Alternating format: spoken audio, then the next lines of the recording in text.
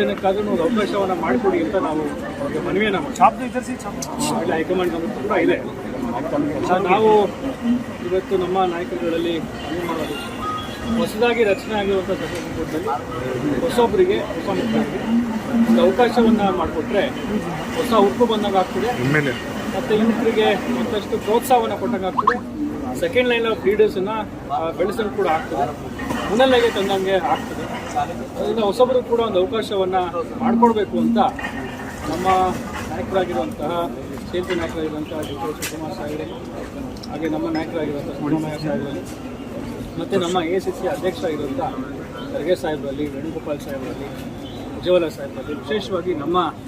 ರಾಷ್ಟ್ರೀಯ ನಾಯಕರು, ಅವರ ನೆಚ್ಚಿನ ನಾಯಕರಾಗಿರುವಂಥ ರಾಹುಲ್ ಗಾಂಧಿ ಸಾಹೇಬರಲ್ಲಿ ನಾವು ಮನವಿಯನ್ನು ಮಾಡಲಿಕ್ಕೆ ಇವತ್ತು ಇಚ್ಛೆ ಜನಕ್ಕಾದ್ರೂ ಒಂದು ಅವಕಾಶವನ್ನು ಮಾಡಿಕೊಡಿ ಅಂತ ನಾವು ಅವ್ರಿಗೆ ಮನವಿಯನ್ನು ಮಾಡಿ ಹೈಕಮಾಂಡ್ ಕೂಡ ಇದೆ.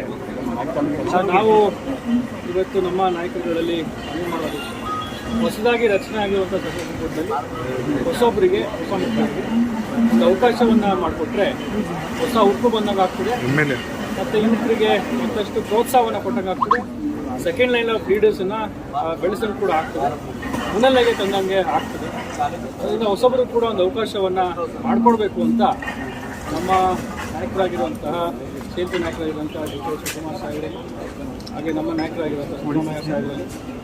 ಮತ್ತು ನಮ್ಮ ACC ಅಧ್ಯಕ್ಷರಾಗಿರುವಂಥ ಖರ್ಗೆ ಸಾಹೇಬರಲ್ಲಿ, ವೇಣುಗೋಪಾಲ್ ಸಾಹೇಬರಲ್ಲಿ, ಉಜ್ವಲ ಸಾಹೇಬರಲ್ಲಿ, ವಿಶೇಷವಾಗಿ ನಮ್ಮ ರಾಷ್ಟ್ರೀಯ ನಾಯಕರು, ಅವರ ನೆಚ್ಚಿನ ನಾಯಕರಾಗಿರುವಂಥ ರಾಹುಲ್ ಗಾಂಧಿ ಸಾಹೇಬರಲ್ಲಿ ನಾವು ಮನವಿಯನ್ನು ಮಾಡಲಿಕ್ಕೆ ಇವತ್ತು ಇಚ್ಛೆ